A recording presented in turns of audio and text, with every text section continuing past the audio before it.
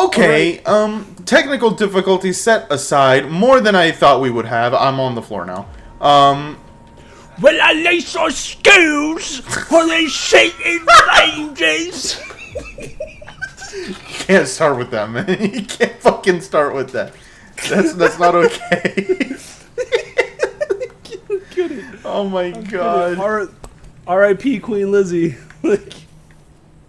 R.I.P. Queen Lizzie. God, dude. Oh my god. That fucking meme you sent me, bro, today of that. Oh, the one with the prehistoric Patrick. I accidentally saved the picture. Fuck. Oh my god. Save the picture, bro? So on your Xbox, it's just like... Yo, it's saved to my Xbox now, yes. Yeah, that's what I'm saying. Like, your Xbox is like, oh, wow, this is a cool picture, bro. I wonder if, like, the Xbox ever became sentient and just judged all the shit that you've downloaded onto it. It's like, wow, you needed to download that picture? Really? Wow. Or, like, whenever you played fucking Pokemon X and Y and had that picture mechanic that was like, hey, yo, take a picture of this really cool scene. And you're like, oh, this is so cool. Never look at it again. Well, at least in, like, Heart Gold Soul Silver, there was the cool factor, because you could take the pictures with your Pokemon, and then you had access to see them in your PC the whole time. And then X and Y came around, and it was like, oh, you could take a picture of yourself in front of this building with the fucking, like, 3D camera or, like, the like, motion control camera shit. And it was only you and not your Pokemon. And you had to go into your, like, fucking 3DS's fucking storage to see that shit. What's one thing I actually miss from X and Y, which made for like making a competitive team a whole lot easier that generation? Super training? What? Super training? Yeah, like the EV and IV training. Yeah, the super training. Yes. Yeah, I loved that. That was the best. I loved it because I didn't have to fucking like get lucky and breed and do all this dumb shit to like make an actual competitive team with like decent EVs and IVs. It was just more like, hey, fucking play this minigame 100 times, bada bing, bada boom. It's like, sure, was it a pain in the butt sometimes because it's like you just did the same thing, but it's a whole lot more fucking interactive than just like breeding the same thing over and over again and hoping to get lucky. It also, like, so there was no way to IV train them. You still had to breed for IVs. Yeah, that's true, but the EVs at least. Sorry for anyone who doesn't fucking know Pokemon like this. But, like, at least... Like, for the EV training, it made it so much easier, because with EV training, it's like, oh, every Pokemon has an assigned value to it, and you will gain points based on that value. So, for example, Arcanine has a +2 attack EV. So, for every Arcanine you get +2 EV points in your attack. And it's like, that's such a stupid fucking mechanic. It is, like, dude. I get it. It makes it so that they grow stronger over time and like a spread of stats. But if you wanted something specific, it's like you had to grind specific Pokemon to battle. And having it a way to just, like, be able for you to go in and, like, tap on balloons for, like, 30 minutes to an hour and then get the EVs that you wanted, it was really fucking nice. Again, I apologize for anyone who doesn't know Pokemon like that. I understand that learning about EVs, IVs, and natures and shit simultaneously made Pokemon so much better for me and so much worse. Yeah, like, I'm not gonna lie, like, X and Y is when I really took Pokemon seriously, and this is also the time when, like, I was into, like, Magic, the playing card game, and this is when I started, like, playing Pokemon, the playing card game, online and a lot of stuff. Like, I got really into fucking everything Pokemon at this time, which, fun fact, it's probably gonna happen to me soon, but I'll get into that another thing, in terms of, like, playing the playing card game again, but I'll explain that in a bit. Anyways... But that was something that, like, I really enjoyed because, like, before, I never really had an interest. Like, I very much was a casual player. X and Y was really, really, like, it made it a lot more user-friendly to, like, get into competitive play.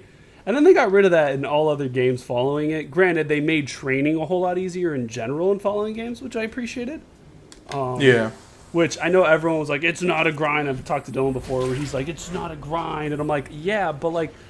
I like it. He's like, but I only use one Pokemon team member and like everyone gets the experience, so I don't have a reason to switch Pokemon. I'm like, no, the reason to switch Pokemon is just to use them. It's not just a matter of them.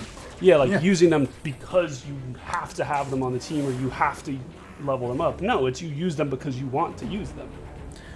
I think ultimately the smartest choice. Yeah, I mean, that is ultimately the point of Pokemon, is to play with the team that you want. The reason that it becomes annoying for some people is because some people want to use a specific one because they're more challenging to train up, or because they're more, they have them for like specific reasons. So I don't know. Like I feel like ultimately making a player choice is the best option for that. Right? Have a setting in the menu that you can be like, oh, all my Pokemon gain XP, or oh, I don't want all my Pokemon to gain XP, so I want to grind them individually.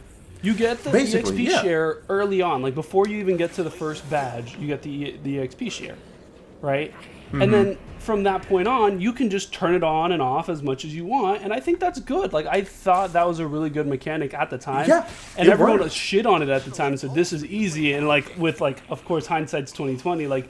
With knowing what Pokemon was going to turn into in terms of the ease of training and EXP sharing, these people would have shit a brick if they knew what was coming down the pipeline, right? Yeah, well, I think the reason that I complained about it too, is because they changed the EXP share, right? So in the original game, the EXP share was called the EXP All, and it worked like the one in Gen 6. All your Pokemon got experience for every battle that you did.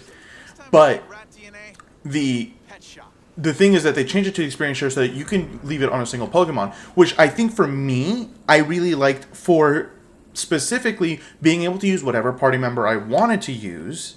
I'm sitting here doing hand motions while I'm playing a fucking video game. Kill me. Yeah. I'm sitting here. It let me play with whatever Pokemon I wanted to use while simultaneously letting me train the Pokemon that I just caught that's like several levels behind. Yes. So it can catch up at a steady pace. So, like, that for me was what made it tough. But at the same time, I also like the XP All. It makes grinding before a big, tough battle really easy. Because guess what? I can throw them all in there, and instead of, like, struggling, like, oh, no, I have a fire type, and I'm in a route that has, like, mostly water types. And I'm like, now it's not going to be able to do so well while training, and it's going to take me for fucking ever. I did not mean to do this. Sorry, dude. That's a stealth takedown. Oh, my God. But and everyone's watching like, oh God, what threw that fucking cabinet at Jerry? Must have been the wind. But it's nice to be able to be like, oh, I trained this one up like 1,000,000 levels, and in the process, my other John one got gained turned a into few a levels. Cocoon. These fucking sewers don't really play tricks on you. That's so quirky. Right? So quirky. But 100%, no. And I think at the end of the day, like you said, is leaving it up to player choice. But I genuinely think, is my perspective as a Pokemon player has very much changed with my age, right? Like, if you would have given me, Sun and Moon and, Sword and Shield when I was in, like, fucking middle school, high school, I probably would have been mad. I probably would have been like, this makes it so easy, blah, blah, blah. Because, like, I don't know, there's a level of, like, I had the time to grind into these games. That is also fair. Right? So it's like taking away time from the game, essentially, right? Because that's how a lot of people view it is, part of the experience of Pokemon is the grind, right? Like MMOs and games that are as like treated as a service, like Destiny and stuff, half the fun is the grind. But when you don't have the time to grind and put into, all those hours into a game to build the perfect team, you just like want to casually play, level up a team, go play the story, maybe do. It's a lot more accessible for that, yeah. It's super accessible and it feels great. But if you're someone who like, let's say like, we've experienced and we've talked about it before is, when you're balling on a budget, you get 1, maybe 2 games a year, and you're playing the fuck out of those games for 6 months to 12 months at a time. So like, any mechanic in the game that like actively takes away that time you could or I guess should be spending in the game feels like a disservice to the player, because of the fact of like, if you're again falling on a budget, that's like maybe the 1 or 2 games you're getting the full fucking year because money's tight. It's going to be kind of shitty when it's like, okay, I've trained everything, right? Versus if you just let me turn it off, like I could put more time into grinding and put more hours into the game that I like. Yeah. So at the end of the day, player choice is the biggest thing. But I've definitely changed as a player, and given my priorities in life, where they've changed too. So I think it's very fluid, my opinion on it. And yeah, I was talking with Dylan about this recently too. I'm super open for all of it. Yeah. Yeah, and I was talking to Dylan. He's like, I'm not because he's like, oh, he was talking about like Call of Duty's like the only game he's excited for in 2022, like for the remainder of 2022. And I was like, I'm excited for a lot of games that coming in 2022. I concur. And he's like, what do you mean? I was like, you won't agree with like you, Diego. But I was like, I'm excited for Overwatch 2. Really, I played the fuck out of Overwatch 1. I'm excited for Overwatch 2. I'm excited for God of War. I'm excited for Pokemon Scarlet and Violet. Like, those are 3 solid games that are like lined up for 2022 that I'm very excited about. Right? And he's like, I'm not excited about Pokemon Scarlet and Violet because like I feel like I've just been burned with the last few Pokemon games. And I'm like, that's fair. Really? But I don't. I got the impression that he liked the last 2 Pokemon games that he played. He said he liked whatchamacallit, what's the Explorer one, Arceus.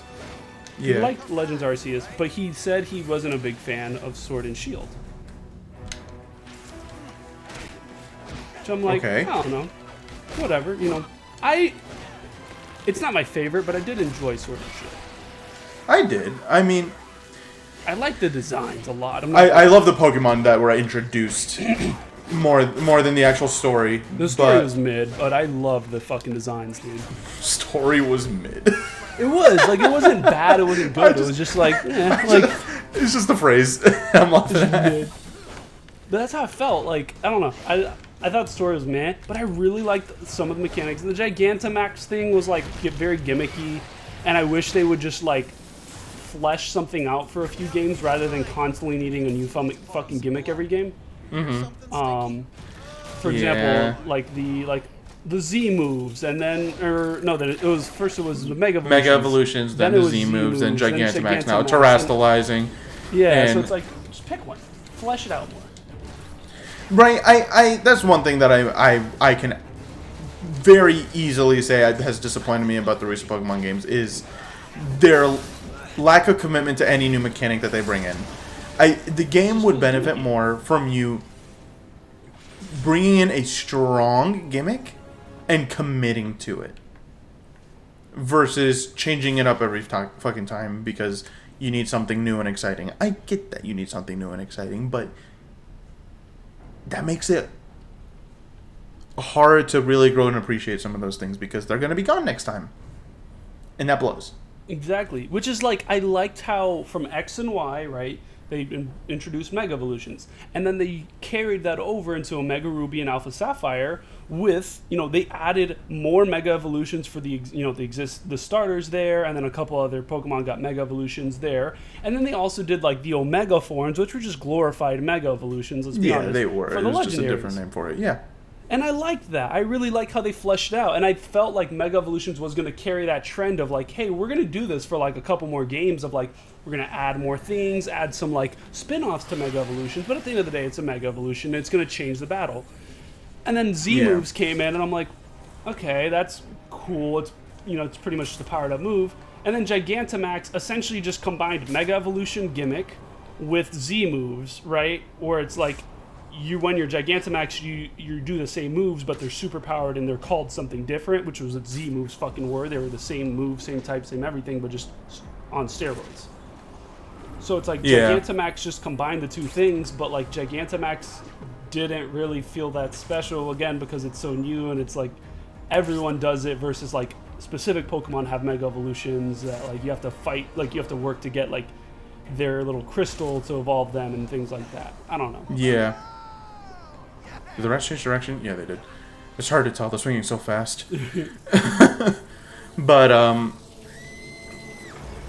yeah. One gimmick that I did really, really, really like, and I'm glad that they've kept it and are, like, is just straight up sticking to it, are the alternate versions of forms. Or alternate regional forms. I love that. I think it's so neat. One thing that I will say, though, is when they introduced it in Sun and Moon, there was one big problem with it that I had, and then there was one thing that I wish they would kind of commit to more. Is one, I didn't like that they were only Gen 1 Pokemon. I respect that is the most well-known and the most beloved set of Pokemon, but at the same time, it's like, you're not going to get the love for the other generations and build hype for those other generations if you're ignoring them. And you're only giving love to your Gen 1 Pokemon. Then The other thing is that they committed to alternate types. So a lot of the new alternate forms that they've introduced in the later games have been changing one of their types. Yeah, like Marowak has like ground fire. Editing right? it. It's Fire Ghost. So that one Fire was Ghost, Sun and Moon, and that one was a complete type change. Yeah. And that one was also interesting because it evolved from a regular Cubone. Does. So Really so there's no Alolan Marowak. So like that one was fine, if not a little weird for that reason specifically. Can you climb? But I lost my train of thought. But like no yeah, so Cubone. So I like that they committed to like really changing the types. With like the one exception that I can think of off the top of my head being Alolan Executor, which was still a grass type. Yep. Changed Psychic to Dragon. Big fucking tree. Even then, that one the gimmick was the visual gimmick more than the type change. So the other ones, I've noticed a lot of them keep their typings, at least one of them. But then they also change that out with the fact that a lot of them now get alternate evolutions, which I really like as well. Or just straight up new evolutions. Though I really don't like that like the original ones also don't get like evolutions. I think that's kind of fucking dumb. You know what I mean? Yeah. Like you have regular Farfetch'd, or you could get Galarian Farfetch'd, which evolves into Surfetch'd, and it's like, okay, but now what if I want to use fucking regular Farfetch'd and it's still fucking useless because you made it that way? Yeah. You know? But then Surfetch'd, in terms of the anime, is like God, essentially.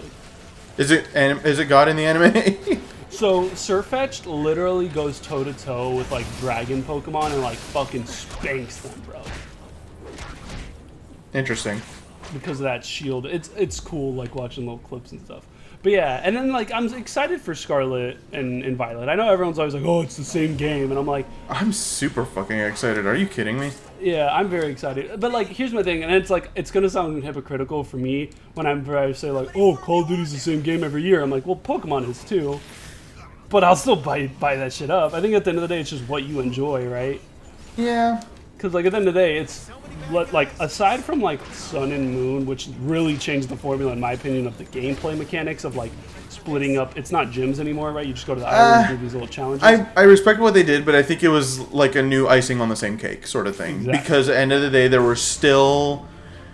It was like a series of 8 or 7. It was 7 trials, but like, you know, fucking whatever. It's the semantics, and they're still very much similar to how Sword and Shield handle the gyms, where it's like it's a trial and it's a task that you have to do instead of like a series of battles.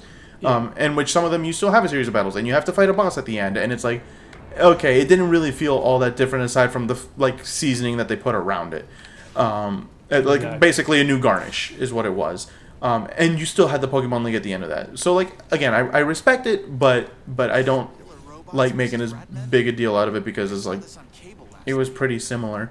No, but I like the direction it was going. Is what I was like. The biggest idea is like they were willing to try to experiment. Like even though they were very much still painting within the lines, right? They were still at least trying to change it up a bit. And that's what it looks like. Like what I'm seeing with Scarlet and Violet. So far. Actually, I think they're changing the formula up even more with this one, and I'm really excited for it. You can just go in any order to fight any fucking gym, like. Well, so there's that, but there's also they have like the 3 storylines. So from what I understand from the trailers, one is the gym challenge, in which you can fight the gyms in any order. The other is the evil team challenge, which they have multiple bases. I don't know how many set up throughout the region. And you can challenge those in any order, and they're very much like Skyrim in that like you can like do a couple of one and then do a couple of another and then change it up and do something different. And then you have the third one, which is like getting ingredients with your friend that cooks and fighting like special Pokemon that like I guess guard those ingredients or whatever. And that one I also would assume multiplayer. Yeah. And that's the big one, right? So like all of that kind of stuff that you can take on in any order in any way you please, assuming they're being true to their We're advertising. definitely going to enjoy the fuck out of that option. I'm not going to lie. Like, just Oh, playing. absolutely. I have a coworker that also. So she's for context, in her 30s. She only played Red and Blue, but she played the fuck out of Red and Blue, and she's very familiar with Gen 1. Yeah. But she plays Pokemon Go, and she gets really excited seeing all the new fucking Pokemon designs and stuff from, like, over the years. So I'm like her little encyclopedia at work of just like, oh, I like that one. That one's cool. What does it do? And I'm like, oh, it's this and this type, and it does this thing. Like, this is its gimmick. And she's like, oh, cool. So we have expressed interest in playing that game together too. So I may be playing this game multiple times at the same time. And I have a feeling with the way that it's designed, there won't be a lot of like fatigue with it, I would like to think. Just because it's very much like, you know how like we talked about D&D a minute ago, but like with D&D is like, yeah, I can play 5 different games of D&D at once, assuming, you know, I had the fucking time. But like it would all be different because there's different things going on, and it's different stories, and it's a different experience every time you go through it. What's wrong button? So yeah, end of the day, I'm really excited. I'm looking forward to the changes that they make. There's a couple of things that I hope that they take direction from and allow themselves to like really commit to some of the changes. I hope that they have a really, really like well thought out system for scaling the game, because if they don't commit to that properly, the game will be really unbalanced. And I don't think like regular level scaling like traditional RPGs do would work very well.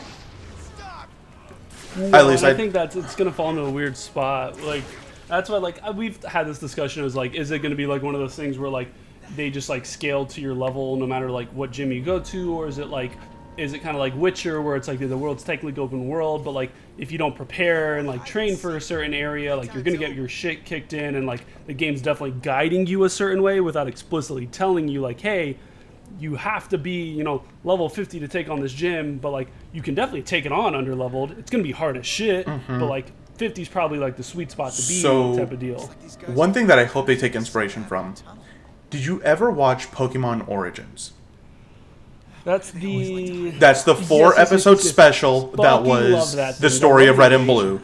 Bro, my favorite was fucking Gengar, bro. When Gengar, like, they made Gengar feel like a fucking like a ghost Gengar, type. dude, for real, Right? dude. Because Gengar never has felt, for me at least, in a lot of the anime portrayal and even the games, the Gengar doesn't feel like a ghost type. Gengar feels like a dark Clefairy, right? Yeah. Like, with that there, they made him feel like a fucking ghost type when he like fucking comes out of someone's shadow and like forms out of the fucking ground. Like that was so cool.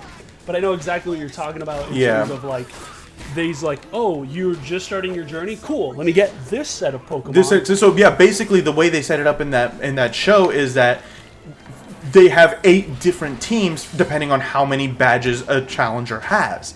And I really like that, and I hope that they take that as their inspiration for how they set it up.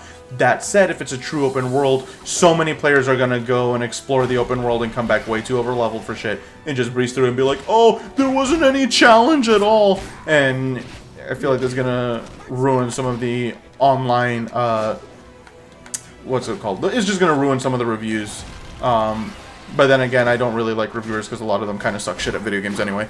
But like when reviewers were first reviewing Elden Ring, like I really liked like the like casual reviewers who try to review Elden Ring and just sound like dumbasses. But then like a lot of the bigger video game companies, like their reviews for Elden Ring took fucking for like I guess I wouldn't say forever, but like in comparison to like, you know, reviews that are dropping like before the game even, you know, comes out.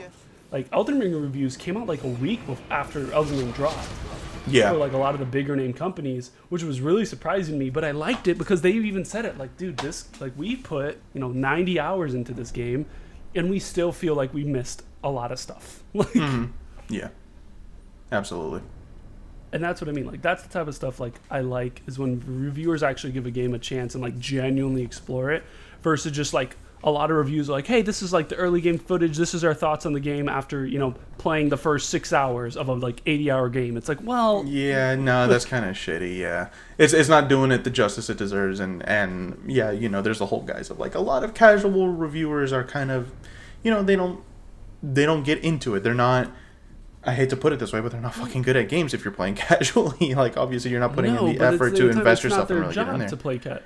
Yeah, it's not their job to be fucking good at it. Their job is to review games. Speak good. Their job is to talk good about the game. They're journalists, right? Their job is not video game players. Their jobs are to be journalists. And so, oh shit. God damn, Spidey.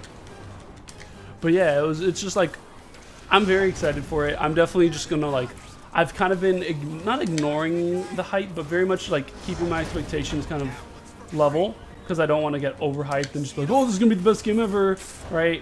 Yeah. Because there's a lot of things that I'm very excited for, but with that being said, there's a lot of room for that game to fuck up with those things I'm excited for. Yeah, and I get that, but like, going back to some of the things I hope that they take inspiration for, and I hate setting so many expectations like this because it's only room to be disappointed. But like, another thing, I love how they handled movesets and evolution in Legends Arceus. Yes, oh my god, that's so good. I hope they keep that. Oh god, I'm gonna get electrocuted. But yeah, so basically, instead of automatically evolving at the level that they would normally evolve at, it just basically they're ready to evolve and you can go into the menu and evolve them manually at any time that you want.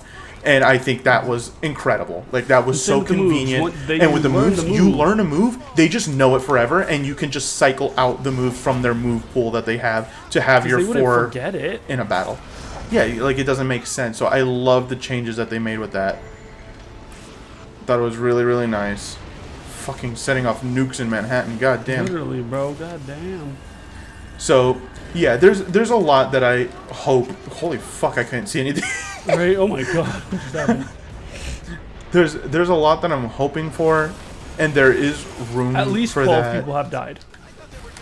Probably more, but yeah, there's a lot of room for disappointment when I set those kinds of expectations. But I think ultimately, I mean, despite having complaints with a lot of the games, with the newer, like, with all of them, every fucking generation that I've played them since I was fucking 9, right? Like, ultimately it's about having fun, and I have fun with them. They're simple, they're enjoyable, and with this one, having the option to play with friends is going to add another layer of that enjoyment for me, and I feel like I'm gonna really appreciate them anyway, 100%, and that's what I'm really excited for. Is that right? Like, it seems like they're taking inspiration from their mistakes. They're taking inspiration from things they got right with Legends Arceus, and just like things from the anime, and like a lot of things that they're just like they're taking inspiration from multiple places versus just being like, hey, we're gonna make like the same fucking game you've been playing since you were 9, but Pokemon get big, or Pokemon do a cool move. You know what I mean? Like, it's not just one gimmick. Which, granted, the gimmick's there, but they're adding a lot to it, and I'm excited. Like, again, time will tell once this game comes out if it is just like the same fucking thing we've been playing for a while, or if it is going to be a little bit of a shakeup. But it looks like it is going to be, a bit of a shakeup in terms of at least a little bit of a shakeup in how they're handling it. Because I mean, end of the day, the core mechanic that matters is the battling. And that's something and that, the additional stuff is supplemental. And I think that they've got more than a handle on that, with the exception of like their battle gimmicks and stuff like that. That some feel more balanced than others, but like it's definitely kind of like you said, it's a shake-up, and hopefully this shakes things up in a positive way, in a way that inspires them to commit more to some of the changes that they make, because that's one thing that Pokemon, I think for me, the biggest frustration is that they're very non-committal with a lot of the things that they try. Like, even like when you look at the Pokedex number, right? They're so afraid of 1,000. I think they've broken 1,000 now. Or they're really, really close after Legends Arceus. But they're so afraid of the number 1,000, and I don't know why. I feel like that's such a big milestone, and there is no reason to be afraid of that number. Aside from, the internet, like, undeniably going like, oh, there's too many, I can't do that, I can't learn that many, and it takes the fun out of it or whatever. Which that's a lie. It's a That's stupid literally just complaint. a lie. Your It's a brain stupid can hold complaint. like X amount of petabytes of data. You're telling me you can't learn 1,000 names? Go fuck yourself. But also, like, people have been having that complaint since fucking Gen 2, so it's like... It's true, because it's like It's the a first non-issue. game dropped, it's 151 Pokemon, right? And then all of a sudden it's like, what? They added like, what, I want to say like 80 Pokemon was it? 100 for the next Gen 2. 100, that's what it was, yeah. 100, so it's like, oh, that's a little less. But yeah, you know, like, there's a lot of the same Pokemon from Gen 1 in this one, so it's not like it feels limited in any way, blah, blah, blah. Yeah. Right. I want And them, then I there's mean... I know where you're getting at, and yeah, they open them in small chunks, but every subsequent generation after Gen 3 started dropping the amount of number of the Pokemon. It was very limited. And then Gen 5 came around and had the biggest Pokédex to date with close to 160. And I love what Gen 5 did, and I that's what I was about to get into, was like I want that kind of thing again, where they like, you know what? Soft reboot. Like, whole new Pokédex, whole new region, none of your old shit until the after game. So you sit here, you commit to learning the new stuff, and guess what? It was so fulfilling. It made me love those Gen games. 5 got me back into it. Like, I've explained it to you. Like, when I played Gen 4, and we've had this discussion plenty of times, but like Gen 4 came along, and I just was like, I feel burnt out on Pokemon, man. I'm not gonna lie. Like, I was just like, I didn't want to keep playing. Like, when I played like Diamond and Pearl, I was like, this is cool, but like, I don't know, like there was just something missing. It felt, granted, it was slow battle-wise. Like, it was the battle system is fucking slow as shit. It is slow, and it was just like, it felt like a chore to play through on subsequent playthroughs. Like, the first playthrough, I was still awestruck. I'm like, this is great, I love this, oh my god. On subsequent playthroughs, I was like, man, I'm really fucking over this shit, I'm not gonna lie. Even as a kid, I couldn't like put it into words, right? But I was just like, I'm bored, I don't want to play Pokemon anymore. And whenever you were like, yo, just play Gen 5, trust me, you'll feel differently. And I was like, okay, played it, 100%. Gen 5's spectacular. Like, Yeah. and genuinely gave me a little bit more perspective on, you know, the direction of Pokemon, and I was very happy. Gen 6, everyone really hates X and Y because I love X and Y. I fucking loved X and Y. It's Gen 6 is one of my favorites in terms of its just like accessibility. It's so easy to pick up. Yeah. And, you know, they have different mechanics for you bringing in older Pokemon and Fairy trading type them in. introduction was a big Reintroducing the shakeup fairy type. competitive-wise. I didn't love the story or the characters very much. And Gen 5 started this trend, but Gen 6 was the first time I noticed it because it felt so easy. Was they started this whole, the Elite Four have 4 Pokemon because they have 4 in the name. And I'm like, shut the fuck up. I want that stupid challenge, Give bro. me, there was teams of 5. They had the teams of 5 in all the old games, and it felt like, And the you know, champion Elite had Four 6 was, and like kicked your teeth in, bro.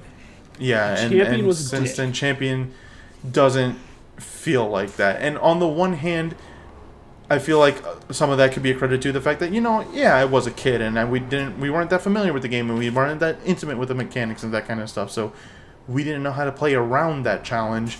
Versus in the new games, we have that. But at the same time, that ease of access that we've been talking about that we like so much, that still plays a factor into how easy the game can get on those later levels.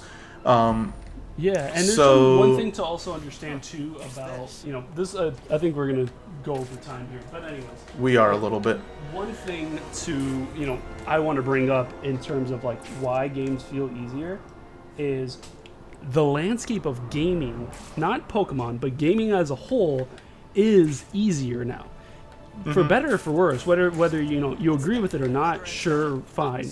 But Pokemon has to follow that trend too, because, you know, at the end of the day, Nintendo, Pokemon, you know, or just excuse me, Pokemon, but Nintendo as a whole, they always say their games are not just for kids, but they are games that literally anyone can play at any age and have fun with it. With that being said, Get the fuck off my screen, dude! I'm biting! Get the fuck out of here! I can't even skip this. it's just fucking blip, blip, blip, blip. Spider-Man's getting his shit rocked in the background. But it's just like one of those things where, like, Nintendo has to keep up with that, right? Like that philosophy of we make games for everyone, meaning, kids will play this. Granted, what was for kids, in the 1990s, it's not the same of what is for kids in like the 2000s, 2010s, and especially not in the 2020s, right? Mm-hmm. Like games have gotten easier. Yeah, for better or for worse at the end of the day, right? There's a level to be, there's an argument to be said about accessibility, right? That like games are easier for people that couldn't have played games before, and it's opened up a lot of people who are like disabilities or limited mobility, things like that, who can play games now. But there's also an argument to be made about like hardcore players, like feel like it's not necessarily just gaming, it's just they can only exist in a genre of games, right? Like games like Dark Souls or like really tight platforming games, things like that are meant to carry that difficulty. Yeah. Which Pokemon can't, right? Because granted, Pokemon's never been one to be super difficult, but the games have definitely gotten easier. Yeah. But at the same time, that's to be expected, right? Because like think about it, kids nowadays, right? Like fucking 5-year-olds, 6-year-olds who are like first time getting a Switch, playing games for the first time, not really know what's going on. You can't throw them into like fucking like Battletoads like was on the Super Nintendo, or like a lot of these like Contra or these hard ass games that like they'll lose interest. And I mean, there's a lesson to be learned, because those older games, guess what? People turned them on, couldn't get past however fucking long into the game, and turned it off and never turned it back on again. There's a loss of interest there. So there is something to be gained from making it easier. And yeah, it is accessibility and attention span and that kind of stuff. So, moral of the story, before we ramble on for way too long, because this entire fucking episode has been intellectual and not fucking It's not goofy. been funny at all. This is the one episode ever that we've ever been this serious. Like... fun fact, this is how we are on our own 100% of the time. The one brain cell thing, that's only sometimes, and tonight was not that night. No, we very much, like, we got deep into Pokemon. And I love how it's, of all the games to fucking get us to talk and be so fucking intellectual, it's not any of these, like, intense games that we played or, like, emotional story beats. It's fucking Pokemon. Shut the fuck up. I fucking love Pokemon. I'll talk my ass off about Pokemon. Me too, right?